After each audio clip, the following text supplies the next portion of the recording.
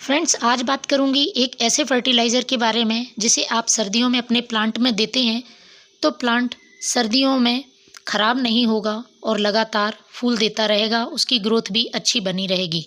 क्योंकि ये जो मैं फर्टिलाइज़र बताऊंगी उसमें मैंने इस तरह की चीज़ें शामिल की हैं जो प्लांट की मिट्टी को उपजाऊ बनाएगी और मिट्टी का टेम्परेचर भी मेंटेन करके रखेंगी।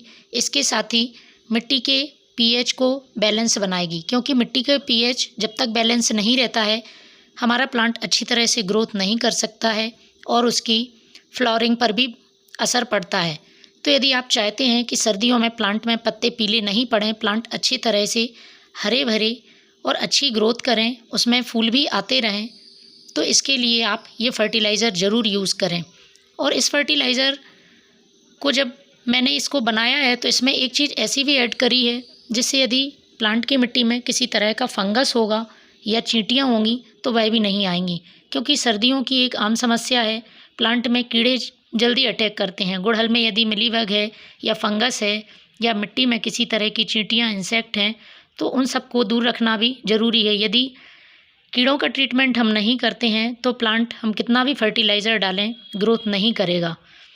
तो ये एक पावरफुल फर्टिलाइज़र है, सभी पोषक तत्वों से भरपूर है। Nitrogen, potassium, phosphorus, magnesium, calcium, iron जैसे पोषक तत्व इसमें शामिल हैं और कई माइक्रो न्यूट्रिएंट्स जो प्लांट की ग्रोथ के लिए ज़रूरी हैं वह भी इस फर्टिलाइज़र से प्लांट को मिल जाएंगे। तो आप इस फर्टिलाइज़र का महीने में एक बार यूज़ कर सकते हैं। यदि बात करें कौन से प्लांट पर ये यूज़फुल है तो सभी प्लांट पर आप इसको यूज़ कर सकते हैं, चाहे वो फूल वाले हों, फल वाले हों या सब्जियों वाले। तो चलिए शुरू करते हैं। आप मेरे हाथ में देख रहे होंगे ये केले के छिलके हैं।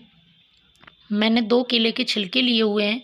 आप फ्रेश केले के छिलके भी ले सकते हैं या सूखे हुए केले के छिलके भी ले सकते हैं। एक जार में आपको इन्हें डाल देना है। केले में अच्छी मात्रा में पोटेशियम होता है, साथ ही बहुत सारे पोषक तत्व होते हैं। दूसरी चीज़ जो मैंने यूज़ की है वह है यूज़ की हुई चाय पत्ती। नाइट्रोजन से भरपूर है और मिट्टी के पीएच को एसिडिक कर देती है, मिट्टी उपजाऊ बनती है।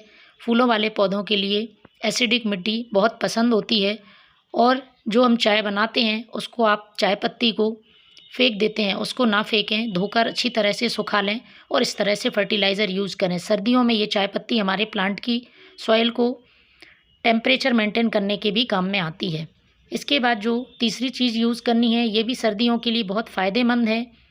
प्लांट में मिट्टी में गुड बैक्टीरिया को इंक्रीज़ करता है, इसके साथ ही फर्मेंटेशन प्रोसेस को बढ़ा देता है। सर्दियों में जब हमारा फर्टिलाइज़र हम बनाते हैं तो काफ़ी टाइम लेता है, उसके लिए ये बहुत ज़रूरी काम करता है और पोषक तत्वों से भरपूर है।